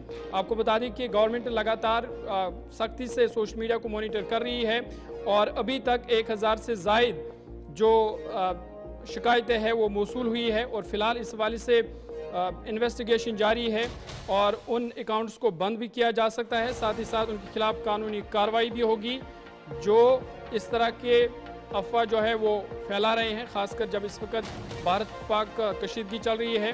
तो जम्मू के हवाले से भी कई अफवाहें फैलाई गई है जिसकी वजह से उन लोगों के खिलाफ कार्रवाई की जाएगी। ख़ासकर सोशल मीडिया हैंडलर्स ने कई सोशल मीडिया हैंडलर्स ने फ़िदाइन अटैक के हवाले से खबरें फैलाई थी, जिसकी वजह से लोगों में काफ़ी तशवीश पाई गई, लोगों में खौफ पैदा हुआ और उनको लेकर के अब सरकार एक्शन में आई है और सरकार इन लोगों के खिलाफ कार्रवाई करेगी जो सोशल मीडिया मुख्तलिफ फेसबुक, चाहे ट्विटर हो, फेसबुक हो, इंस्टाग्राम हो या यूट्यूब हो, उसके ज़रिए अफवाह फैला रहे हैं, उनके खिलाफ अब सख्त कार्रवाई की जाएगी। और सोशल मीडिया हैंडलर से कहा गया कि वो होशियार रहे, खबरदार रहे, क्योंकि कार्रवाई हो सकती है।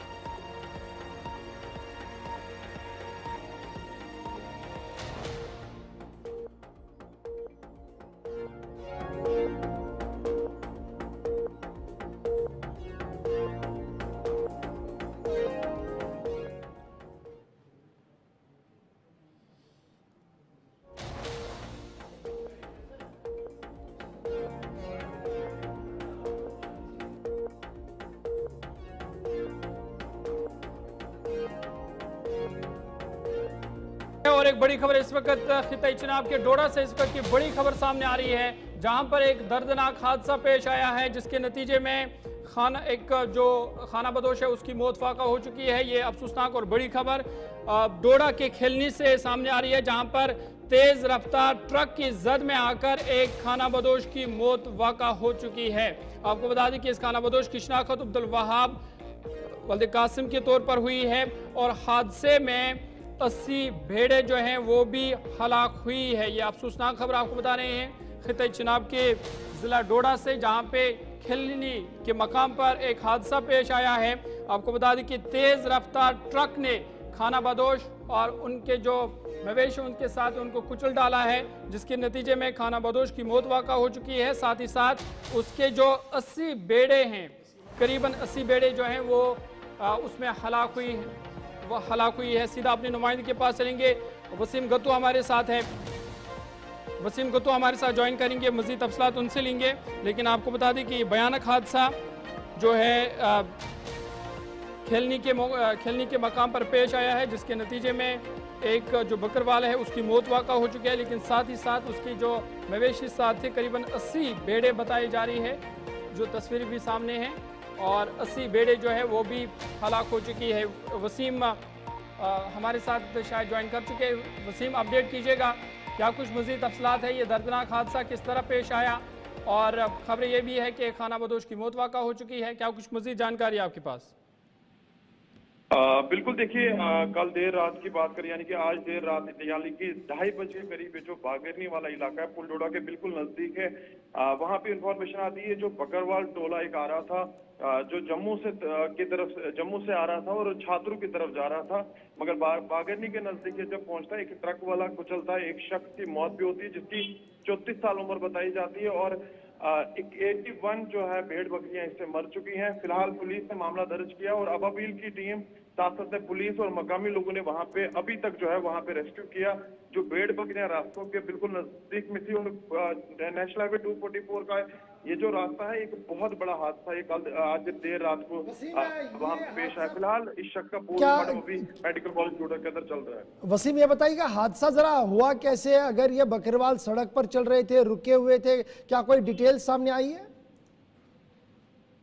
देखिए, अभी तक जो जानकारी पुलिस से मिली उनका मानना है कि इस शख्स को जो ड्राइवर कह रहा है कि मुझे ब्रेक नहीं लगी है, तो ये पूरा तहकीकात का मामला है। एफआईआर तो जरूर पुलिस ने काटी है। पुलिस का मानना है कि जो ही कोई बात सामने निकल के आती है तो जरूर मीडिया के सामने वो शेयर की जाएगी, मगर एक हादसा जो पहली दफा जिला डोडा के जो इलाके में बहुत बड़ा हादसा पेश आया है जिसमें इतना ज्यादा नुकसान हुआ है। जी चलिए, बहुत शुक्रिया वसीम हमारे साथ ज्वाइन करने के लिए। जहां पर इस वक्त बड़ी खबर आ रही है कि माल मवेशियों पर ट्रक तेज रफ्तार गाड़ी जो है वो चली है, जिसके बाद सूरत हाल ये बनी हुई है। लेकिन एक और बड़ी खबर की ओर चलते हैं। इस वक्त बड़ी खबर सामने आ रही है, जहां पहले ही हमने आपको बताया था कि वजीर आला उमर अब्दुल्ला पुंछ रजौरी के दौरे पर जा रहे हैं। वहीं पर इतला ये है कि सुरंदकोट पहला पड़ाव उमर अब्दुल्ला का हो चुका है। थोड़ी देर पहले उमर अब्दुल्ला अपनी काबिने रुफ़का के हमरा सुरनकोट पहुंच चुके हैं। बड़ी खबर आपके सामने हम रख रहे हैं, जरा तस्वीरें भी प्ले कीजिएगा। सुरनकोट उमर अब्दुल्ला आ चुके हैं। वज़ीर आला उमर अब्दुल्ला का पहला पहाड़ी इलाके का दौरा, पाक भारत कशीदगी के बीच हजारों लोग बेयार मददगार। इस बीच वज़ीर आला उमर अब्दुल्ला पुंछ रजौरी के दौरे पर रवाना है और इस वक्त सुरनकोट पहुंच चुके हैं। वज़ीर आला मुतासरा इलाकों का जायजा लेंगे उमर अब्दुल्ला। बड़ी खबर, तस्वीर, पहली तस्वीर सुरनकोट की आपके सामने है, जहां पर उमर अब्दुल्ला पहुंचे हैं और सुरनकोट के डाक बंगले में पहला पड़ाव उनका था, जहां पर मुख्तसर से कुछ लोगों के साथ उनकी मुलाकात हुई और उसके फौरन बाद वो उस दौरे पर निकले हैं कि जहां पर वो अज खुद मुआयना करेंगे। आप देख सकते हैं कि उनके हमरा काबीनी वजीर जावेद राना साहब भी हैं, इंतजामिया के अफसरान भी हैं, जो नहीं ये ब्रीफ कर रहे हैं कि गोले कहाँ से आए, क्या कुछ हुआ और सूरत हाल किस तरीके की बनी हुई है। बड़ी खबर कि उमर अब्दुल्ला का दौरा शुरू हो चुका है। थोड़ी देर पहले वो सुरनकोट के डाक बंगले पहुंचे, जहां पर इंतजामी अमूर के अफसरान ने उन्हें ब्रीफ भी किया और इस मौके पर पार्टी अरकान के अलावा काबीनी वजीर जावेद राना भी मौजूद रहे ताकि उन्हें ब्रीफ किया जाए। सीधे अपने नुमाइंदे के पास चलेंगे। सुरनकोट आकाश मलिक हमारे साथ ज्वाइन कर चुके हैं। आकाश, जरा अपडेट करें जी, क्या कुछ सूरत हाल है? क्या वजीर आला अभी वहीं पर है, कुछ लोगों से मुलाकात हो रही है और कितने बजे आगे का पड़ाव होगा?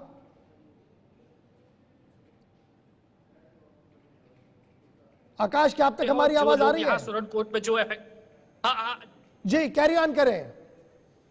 हाँ जी, चीफ मिनिस्टर उमर अब्दुल्ला जो डाक बंगला सुरनकोट पे अभी पहुंच चुके हैं और इस वक्त जो है वो सुरनकोट डाक बंगला में कुछ ही समय बाद जो है यहाँ पर जो अफेक्टेड लोग हैं जो इस सुरनकोट के एरिया में जहाँ पे ये शेल्स पड़े थे, जो लोगों के मकान डैमेज हुए थे, उनसे मुलाकात करेंगे। उनके साथ जो है सुरनकोट के एमएलए चौधरी मोहम्मद अकरम भी वो यहाँ मौजूद हैं और अभी कुछ थोड़ी देर बाद जो है उन लोगों से भी बात की जाएगी, उन लोगों से भी मिला जाएगा। जी को तो पहले कंसर्न एमएलए से मिला जाएगा, उसके बाद लोगों से मिलेंगे। क्या उस इलाके जहां पर शेल पड़े हैं, क्या उन इलाकों तक जाने की उमर अब्दुल्ला की कोशिश होगी? यहाँ सुरनकोट में बस इतना प्रोग्राम है और फिर आगे बढ़ेंगे क्योंकि अभी मंजिल और आगे है?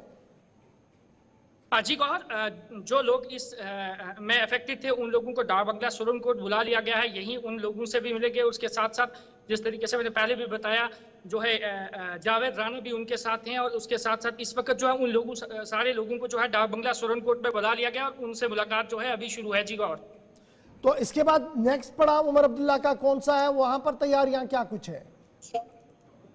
पुंछ के हवाले से करें, इसके बाद जो है उन्होंने बाई रोड जो है पुंछ निकलना है और कुछ ये भी खबर आई है कि हो सकता है कि रास्ते में कुछ एरिया है जिस तरीके से मंडी और सब्जियां का इलाका है, हालांकि इस तरह की कोई खबर सामने नहीं आई, लेकिन पुंछ का जरूर है। इस वक्त इन लोगों से मिलने के बाद वो पुंछ का रुख जरूर करेंगे जी। तो हमने देखा था कि इस इलाके के अंदर बहुत सारे मकामात पर सरकार की तरफ से कैंप्स लगाए गए थे, रिलीफ कैंप्स थे। क्या वहां पर उमर आज खुद जाएंगे? क्योंकि हमने यहां देखा था कि सांबा में सीधे कैंप्स में गए, लोगों से मिले, वापस आए, उनका हौसला बढ़ाया और उन्हें ये दिलासा दिया कि सरकार इस मुसीबत के वक्त में आपके साथ साथ है। जी, और जिस इलाके में इफेक्टेड हुए वहां पे जिस तरीके से वहां थोड़ा सा रास्ते में थोड़ी सी दिक्कत है, लेकिन उन लोगों को सुबह ही जो है चौधरी मोहम्मद अकरम के नेतृत्व ये यहाँ डाक बंगला सुरनकोट में बुला लिया गया है। अभी जो है वो लोग यहाँ डाक बंगला सुरनकोट पे पहुंच चुके हैं और कुछ ही समय बाद जो है वो यहाँ वो चीफ मिनिस्टर उमर अब्दुल्ला के साथ मिलेंगे। जी चलिए, बहुत शुक्रिया। आकाश, ये भी बताइएगा क्या उमर अब्दुल्ला का ये दौरा सिर्फ वहां तक महदूद है जहां पर रिहेबिलिटेशन सेंटर बनाए गए हैं, जहां पर अभी लोगों को मुंतकिल जो वहां पर अभी भी रह रहे हैं वहीं पर है, या वो जहां जो लोग मुतासर हुई है जिनके इमलाक को नुकसान पहुंचा है उन इलाकों का भी दौरा करेंगे जहां पर एग्जैक्ट जो मकान है वो तबाह हुई है?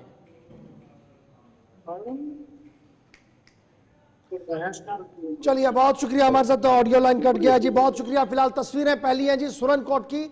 उमर अब्दुल्ला सुरनकोट पहुंच चुके हैं। डाक बंगला सुरनकोट के अंदर पहला पड़ाव, जावेद राना काबीनी वजीर उनके हमरा है, मज़कूरा मेंबर असेंबली उनके हमरा है।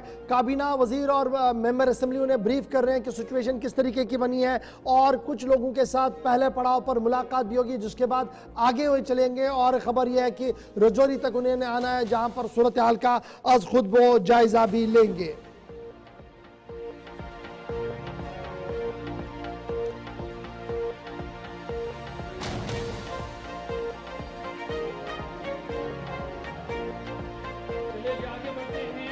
बड़ी खबर आपके सामने रखते हैं। आपको बता दें कि जिस तरह से ऑपरेशन सिंदूर चलाया गया और उसके बाद के जो हालात है उस पर जो भारतीय अफवाज है उनकी तरफ से एक अहम प्रेस कॉन्फ्रेंस कल मुनक्कद हुई और उस पर उन्होंने कई बातों का खुलासा किया।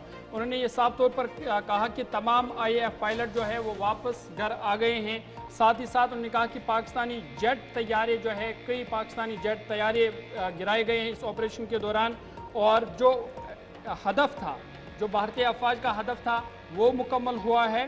और उन्होंने ये भी कहा कि पाकिस्तान की तरफ से अगरचे हमला करने की कोशिश की गई लेकिन पाकिस्तानी गोलाबारी से कोई ज़मीनी नुकसान नहीं हुआ। आपको बता दें कि इस वाले से अच्छा, ये जब एयरफोर्स बात कर रही थी ना कि कोई ज़मीनी नुकसान हुआ, दैट मीन्स कि इसी तरीके से जो एस्टैब्लिशमेंट है यानी एयर डिफेंस सिस्टम है, जहाज़ है, तोपखाना है, कहीं पर भी कोई नुकसान नहीं हुआ, ये बड़ा इंपॉर्टेंट है। लेकिन एयरफोर्स ने कल ये साफ कर दिया कि जो दावे सोशल मीडिया पर काफ़ी चलाए जा रहे थे कि रफ़ाइल गिरे हैं जी, फिर रफ़ाइल के पायलट की गिरफ्तारी की खबरें आई, अगरचे DGI SPR ने इसकी खुद भी मुखालफत की, कहा कि ऐसा कोई जहाज़ नहीं है, हमारे पास कोई भी पायलट नहीं है जहाज़ गिराने की, वो दावा ज़रूर करें। लेकिन एयरफोर्स ने कल ये साफ कर दिया कि कोई भी जेट नहीं गिरा और जो हमने गोल सेट किया था उसे पूरा कर लिया। एयर मार्शल AK भारती का मानना था कि डिटेल्ड मिसाइल इम्पैक्ट जो था वो कुछ इलाकों के अंदर हुआ है, मरीके के अंदर और दीगर मकामात पर, लेकिन जो हदफ था वो पूरा कर दिया गया है। और डिफेंस राडार सिस्टम जो चिनानी के अंदर है, आरिफ वाला के अंदर जो एयर डिफेंस सिस्टम है उसे तबाह कर दिया गया है। सरगोदा के अंदर जो एयर डिफेंस सिस्टम है उसे F-16 तैयारे भी वहाँ पर थे लेकिन उसे भी ख़त्म कर दिया गया है। रहीम यार खान का एयरबेस जो एयरफील्ड है, तस्वीरें वहाँ की लोकलों ने भी वहाँ पर डाल दी थी, वो ख़त्म कर दिया गया है। फिर चकलाला एयरबेस जो नूर खान एयरबेस के नाम से भी जाना जाता है, ये लॉजिस्टिकल कम्प्लेक्स के लिए होता है, इसको मुकम्मल तौर पर तबाह करने की बात की। जैकबाबाद का एयरफील्ड जो है इसे नुकसान पहुँचाने की बात की और ये तस्वीरें शो भी की गई और सोशल मीडिया पर पाकिस्तान ऑलरेडी बड़ी चीज़ें चला चुका था। फटाफट इस तरह और साउंड बाइट सुनते हैं इंडियन एयरफोर्स ने किस तरीके से इन तमाम बातों का खुलासा मीडिया के सामने किया। You know, we are in a combat scenario and losses are a part of combat. The question that you must ask us, okay, and indeed that you must ask ourselves, you inclusive, is have we achieved our objectives? Have we achieved our objective of decimating that terrorist camp? And the answer is a thumping yes. And the results are for the whole world to see. As for the details what could have been, how many numbers, which platform did we lose? You know, at this time, I would not like to comment on that because we are still in a combat situation. And if I comment on anything, it will only be advantage adversary. So we don't want to give him any advantage at this stage. All I can say is that we have achieved our objectives that we selected, and all our pilots are back home. I'm happy that you asked this question. बड़ी खबर Indian air force की तरफ से दी गई और उस प्रोपेगेंडे का जवाब दिया गया जो सोशल मीडिया पर कई चैनल्स पर चलाया जा रहा था कि शायद राफेल की पायलट पाकिस्तान के पास है। और कल जब ये सवाल IDGI SPR से भी पूछा गया था, उन्होंने भी इससे लाताल्लुकी का इजहार किया गया था। तो फिलहाल खबरों का सिलसिला यहाँ पर रुकेगा जी। सलाम JK में मुझे और ज़हूर को आप देंगे इजाज़त, इस उम्मीद के साथ कि ज़िंदगी ने वफा किया तो कल सुबह इसी प्रोग्राम में दोबारा आपके सामने हाजिर खिदमत रहेंगे। अपनी नेक दुआ में हम सबको याद रखिएगा। अल्लाह हम या नासिर।